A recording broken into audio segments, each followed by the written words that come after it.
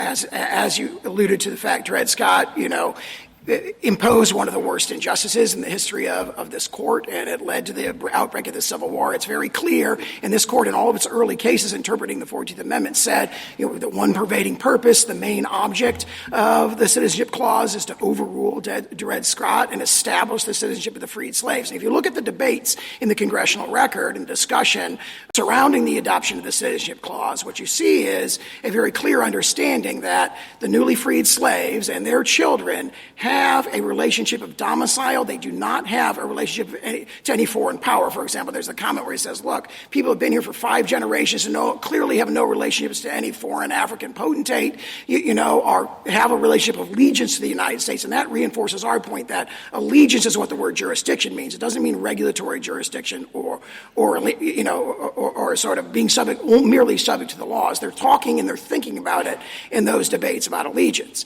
Now, as to your second question, if you look at the text of the clause, we believe it says, born in the United States, born or naturalized in the United States and subject to the jurisdiction thereof, are citizens of the United States and the states of which they reside. So there's a constitutional guarantee that applies to both federal or national and state citizenship. And the key point we make there is that word reside, if you look at, for example, Section 1473 of Justice Story's commentaries, was understood to mean domicile. So when they say subject to the jurisdiction, and then they go on to say you're a citizen of the United States and the state in which they reside, the very text of the clause itself presupposes that the citizen is domiciled in the United States.